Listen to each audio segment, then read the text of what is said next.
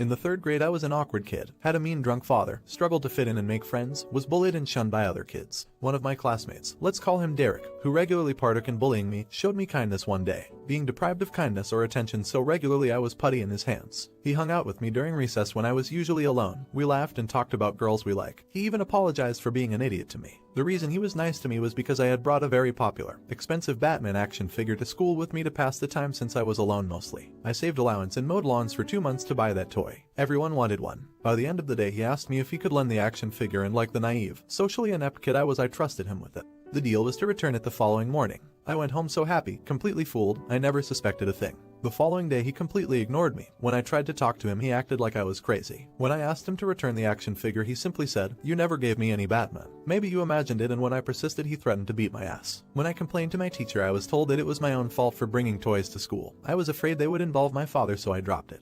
I couldn't let my father know, or I would be called a pussy and have my ass beat and punished for the next 2 weeks. What's worse is Derek told all the girls that I confided to him about fancying that I lusted after them and that I wanked to them. I was a social outcast before that, but at least I was tolerated.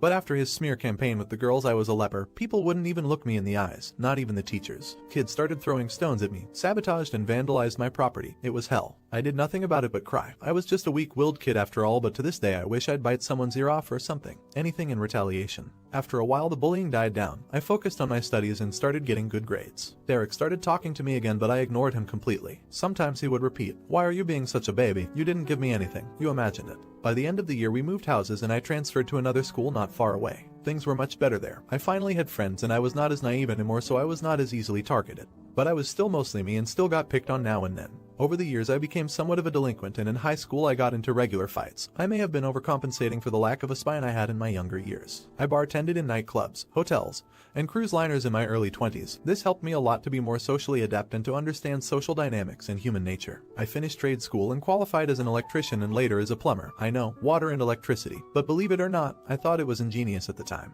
I started my own business, developed a reputation for excellent workmanship in my local area, and did well for myself. When I was 29, I'm 36 now, I received a call out at 2 in the morning for a flooding emergency at a local residence. When I got there the place was a mess. Water was jetting out of a burst pipe and electrical equipment was shorted. It was highly dangerous. The living room floor was caved in due to a sinkhole. I was met by the wife, let's call her Jane, hysterical and beside herself. She somehow thought that she was responsible, which I found odd. I assured her that it couldn't possibly be her fault. He arrived not 5 minutes later. His demeanor was irate.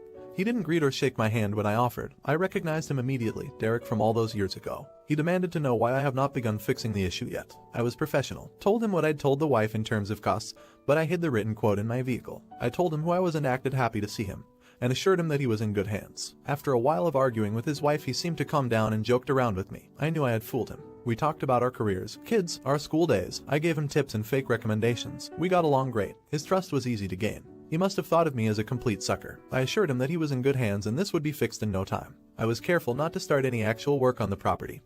Doing the smallest thing would make me responsible for all of it. Derek left after an hour or so and his wife stayed behind. I started my revenge. When I was doing my assessment I noticed that most of the buildings did not comply with city regulation and did not adhere to the registered and approved plans. There were multiple safety hazards and all plumbing and electrical work were completed by unqualified and uncertified people in an attempt to save money. Also, the pipe in question had been leaking for a few weeks at least, getting worse by the day and finally causing disaster, which means their water bill would be astronomical at the end of the month unless a qualified plumber endorses a rebate with the municipality. I called my contact at the city, let's call him Donovan, and notified him of all the regulatory violations, safety hazards, and non-city compliant installations on the property. I also told him of the possible water bill. He promised to be there the next day. I immediately started photographing and documenting. The following morning my contact was there at 10. He had a field day. He informed Derek's wife of the calamity that was to come. They would be forced to tear down all the building additions, remove all the uncertified plumbing and wiring installations, have the plans reapproved, and start from scratch, which is an estimated loss of approximately $950,000. Derek was there in minutes. He was livid. He quickly threatened legal action, but Donovan simply told him that he had more than enough photograph evidence to have the property declared invalid within a week if Derek did not comply in writing. Donovan reminded Derek that he does this for a living and that the city has more legal resources to waste money on. I left Derek an invoice for my time just to smear salt in the wound and took my leave. Later he called me and called me every name under the sun. I remained silent and he hung up. He went on a Facebook rant about me, which was a bad idea. All of the community stood up for me and started a storytelling competition where all kinds of people revealed stories of unsavory things Derek did to them in the past. Apparently Derek has always been an idiot. He never changed. One day he called me and asked to meet. He sounded defeated and depressed, so I decided to meet and see what's up. I met him at a busy local convenience store. I know better than to take Derek the Weasel at face value, so I noticed quickly when he laid his phone screen down on the table. I knew he may be recording the conversation. He apologized for his behavior, which surprised me, and told me that this whole dilemma has all but bankrupted him. He told me he took out a loan for the building additions and cut corners to save money, that everyone does it. He showed me the water bill, which was nearly $80,000, a problem easily erased with a qualified plumber's signature and endorsement. I refused. He got irate again. Then he asked me, "Why did you do this to me? I know I was a prick to you when we were kids, but I don't deserve to have my and my wife's lives ruined because of mistakes I made when I was a kid. What kind of person are you? You told me I was in good hands. I trusted you. You assured me you would help me. Then you stabbed me in the back. You quoted me only a few hundred and told me not to worry," I replied. "I said no such thing." "Derek, stop lying. You told me that it would cost a few hundred, maybe less. I heard you say it. You promised to help me, gave me recommendations. Why are you doing this to me?" "Seneca, Derek, you must have imagined it." I looked him in the eye. He knew exactly why I said that, the same thing he told me almost 20 years ago. I repeated just to drive it home. "Seneca, you're being a baby. I never quoted you for anything. You imagined it." He knew I was destroying him financially because of a Batman action figure he stole from me 20 years ago. I could see it in his eyes, but he couldn't bring himself to say it. His expression was a mixture of astonishment and disgust. I looked him dead in the eyes for a few seconds for effect, then got up and left. I slept like a baby that night, and had a goofy smile all week after. He tried calling a few times but sent him a text stating that further harassment will be met with legal action. "Derek, you know what your real name is, and what mine is. If in future you read this and realize how I screwed you over, remember how costly that little Batman action figure was to you after years of accumulated interest in karma. The look of despair on your face when you realize why you are ruined was delicious." I cackled maniacally on the drive home from that convenience store. It was time for you to pay the piper. And if you think this will help you legally, go ahead and try. It won't, so don't waste your time. Or rather, waste as much time and money. I welcome being even more of a financial inconvenience to your life. Not an idiot. What I admire here is your amazing restraint in that final encounter. I'd have dug for more gold at my own expense, really. You were unkind to me in school.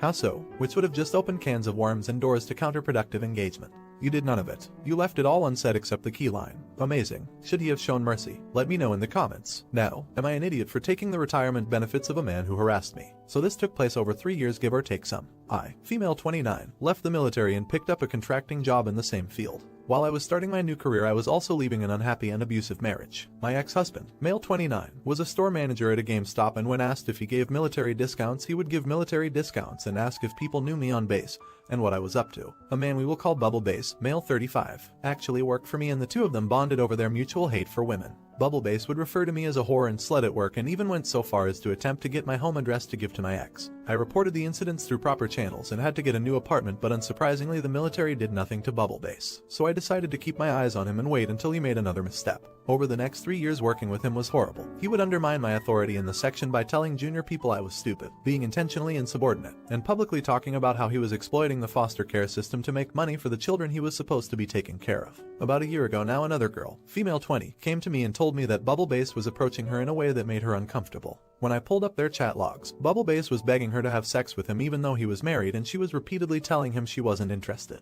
I convinced the girl to report Bubble Base despite her hesitation. During the investigation, while I was interviewed, I spared no detail about what exactly Bubble Base was doing, and saying to include fraud, waste, and abuse of government assets and systems. I kept a literal poop list with dates and times. As things turned out, there were about 4 other women at our base Bubble Base was sexually harassing. Bubble Base went to non-judicial punishment this week and lost everything. He has 18 years in the military and was 2 years away from a full retirement. He lost his clearance. He lost his foster children. He lost his honorable discharge. He is literally starting life over in his 30 seconds with a discharge that shows he sexually harasses women with no benefits and 18 years of training in a job field that is only relevant if he has a clearance. You're an idiot. Yes, he was horrible to you, but you effectively just ruined his life. He was a hard-working man, and yet again, the world is punishing him for it. Not an idiot. Sweet revenge might take some time, but this was so worth it, IMO. You did well, Opus. Harassing women and approaching them like that is unacceptable, and he should have known it wasn't even before, but especially after the first time he was reported. Was he just a hard-working man? Let me know in the comments. Now, am I an idiot for going to work for a few days to teach my husband a lesson? Okay, I get the title sounds horrible, but hear me out. I have a 12-year-old son and a 13-month-old. Before the pandemic, I worked part-time, went to school part-time, and took care of the house, kids when not doing the other two. Since the pandemic, I became a stay-at-home mom, still going to school, taking care of the house, kids. But now with school back in session and my son doing e-learning, I also help a lot with that. I have a pretty strict schedule that I keep for myself to allow me to get household chores and the schooling for my son and myself done each day. One day last week, I had a migraine. Nothing I did helped ease it. At some point after 3 p.m., after my son was out of school and the baby was down for a nap, I laid on the couch to try and help the migraine, which did help. My husband came home while I was sleeping and was already in a crap mood and yelled at me that I didn't do anything all day except sleep, eat and get fat. I tried to explain to him I hadn't been feeling well and napped because of that. He said that was an excuse and how would I like it if I went to work all day and he was home with the children and I came in and he was asleep on the couch. I said, I would assume you were tired or not feeling well. Husband took a few days off work. I made arrangements with a friend to do temp work with her. I went to work for a few days, leaving him my daily schedule as a guide.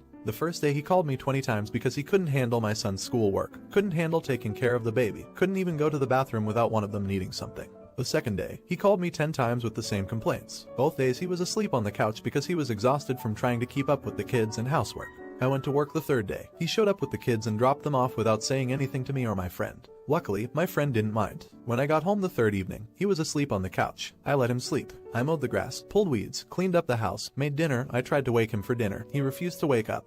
Got the kids bathed and ready for bed before he woke up. Husband barely did the minimum of caring for the house and kids while I worked. He said I did it to make him look like a SHT parent. I said no, I did it to teach you a lesson, that just because you don't see me actively doing something when you come home doesn't mean I haven't done anything all day. This all started because you refused to let me tell you I had a migraine and was just barely able to function that day. Luckily, the oldest knows what he needs to do for schoolwork and just sometimes needs some help with it. Baby is up at 7 but goes down for a nap at 12. He sleeps 3 to 4 hours. Am I an idiot for trying to get my husband to see what I do on a daily basis? In the days that followed that post, I read the comments and messages from everyone here. Seriously, thank you guys, who gave me a ton to think about. I told my husband that I wanted to separate, not a divorce, as I wanted to try therapy before making that decision. That I didn't feel like he appreciated what I do every single day. I also said that he needed to get into therapy if he wanted to have a chance to save our marriage. We could go together or separately, but I already had an appointment set for myself. The kids and I are staying with a friend who I do pay some rent to, as well as I clean up and help her in her little shop when she needs it. I have kids the majority of the time. While he's at work, the kids are with me. 3 nights a week the kids will go with him, usually Thursday, Friday and Saturday nights depending on his work schedule. We have been to 2 virtual therapy sessions with a marriage counselor. He is also seeing a counselor on his own. As am I. In the weeks since the post, I have seen a difference in how my husband speaks and acts towards me. Whether it stays is another matter. He wasn't always the angry, ungrateful man that was portrayed in my previous post. There was a time when he actually showed he appreciated the things I did and would never say hurtful things to me. I'm not sure when it all began to change and when I began to believe it was okay, the things he said and how he acted.